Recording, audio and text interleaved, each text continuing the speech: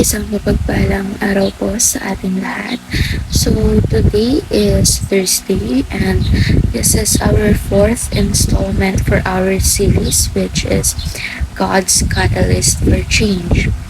So, our topic for today is giants are opportunities, or crisis are opportunities. So, in connection to our topic for today, ang Bible verse na ating tatalakayin ay ang 1 Samuel chapter 17 verse 47. So, yung Filipino version na lang yung sasabihin natin since hindi siya nakikita sa screen ni Pastor Russell.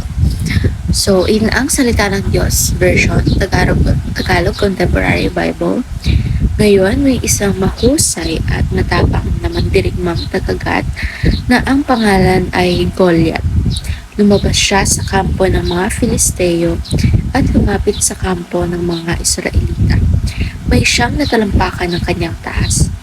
Tanso ang helmet niya at tansurin ang mga panangga sa dibdib na tumitimbang ng 60 kilos. Tansurin ang makabalot sa kanyang binti at hita at may tansong sibat na nakasukbit sa kanyang balikat. Ang hawakan naman ng kanyang sibat ay mabigat at makapal. Ang dulo nito ay tumitimbang ng 7 kilo. Nasa unahan naman niya ang tagapagdala ng kanyang kalasag. So, this is all about David's life. Ito yung panahon na ang mga Israelita is facing a crisis.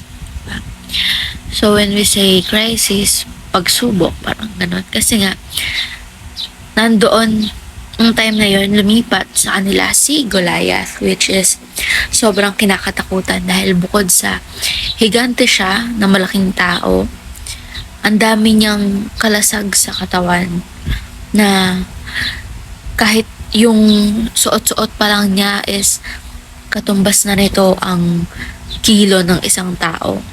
Kasi nga sobrang bibigat ng mga nakasukbit sa katawan niya, yung mga kalasag niya. Tapos idagdag pa natin na may mas nauuna lagi sa kanya na bit-bit naman yung shield niya, yung pinaka-shield niya, di ba? So, wala talagang nagtatangkang lumaban dito kay Goliath except kay David na ipinadala ng ating Panginoon para i-glorify yung pangalan niya, para itaas yung pangalan niya. Itong si David, kahit na walang nagtatangkang lumaban kay Goliath, is siya yung nanalo. Siya yung pinakaunang nagtangka and nanalo sa labanan with Goliath. Diba? Isipin natin, higante, napakaraming kalasag, tapos may isa pang shield sa harapan niya, pero natalo siya ni David. So, ito yung nakapagbabago ng ating kasaysayan, di ba? Kaya nga, ang series natin, God's Catalyst for Change. So, in this devotion, God's catalyst was David. Kasi nga, he was an agent for change at that time na natalo niya si Goliath na ating, or na siyang binivision ng ating Panginoon. So, para mas mapalawak pa itong talakayan natin, proceed tayo sa ating teaching. So, number 1, giants are opportunities for promotion. So, yung giants na tinutukoy dito is yung mga crisis din. Kasi nga, before, yung giant, si Goliath, is one of their main crisis, diba? So, ang tinutukoy natin crisis dito is yung, or ang tinutukoy natin giants dito is yung mga pagsubok or problema na dumadaan sa atin. So, sabi rito sa una, giants are opportunities for promotion.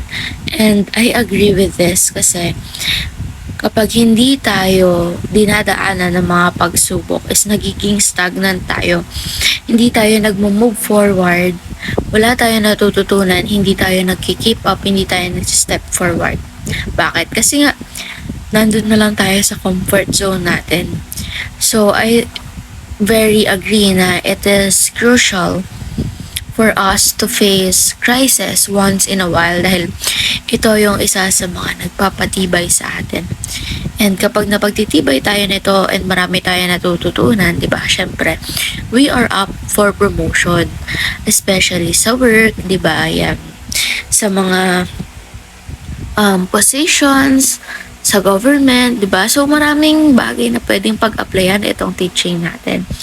And again, giants are opportunities for promotion. Number 2, giants are opportunities to see God's power. So, yung mga pagsubok na yon is opportunity rin natin para makita ang power ni God. Dito natin makikita talaga, especially for those who are doubting Him, dito natin makikita talaga kung paano kumilos si God sa buhay natin. Kung paano ba niya tayo hindi pinapabayaan amidst of that crisis, amidst of the crisis that we are bound to face, di ba?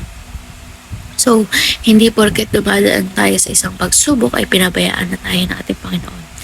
It only means that pinahintulutan niya itong mangyari para sa mas ikabubuti natin, dahil alam niya rin na may matututunan at makukuha tayo out of that pagsubok, di ba? And number 3, giants are opportunities to glorify God. So the more that we are facing challenges, the more that we are facing crisis, is the more that we need to glorify God. Kasi nga, ito yung mga time na pinakakailangan natin siya kapag namumroblema tayo. And the answers are always coming from Him, di ba? Kaya nga gusto niya na lagi tayong lumalapit or nakikipag-communicate sa Kanya. Especially at the times na nangangailangan tayo. Kasi hindi naman ginusto ni God, hindi niya gusto yung mga anak niyang walang sakit, walang kasalanan, or walang kailangan sa Kanya. Gusto niya yung may hinihil siya, yung may kinikilos siya sa buhay mo.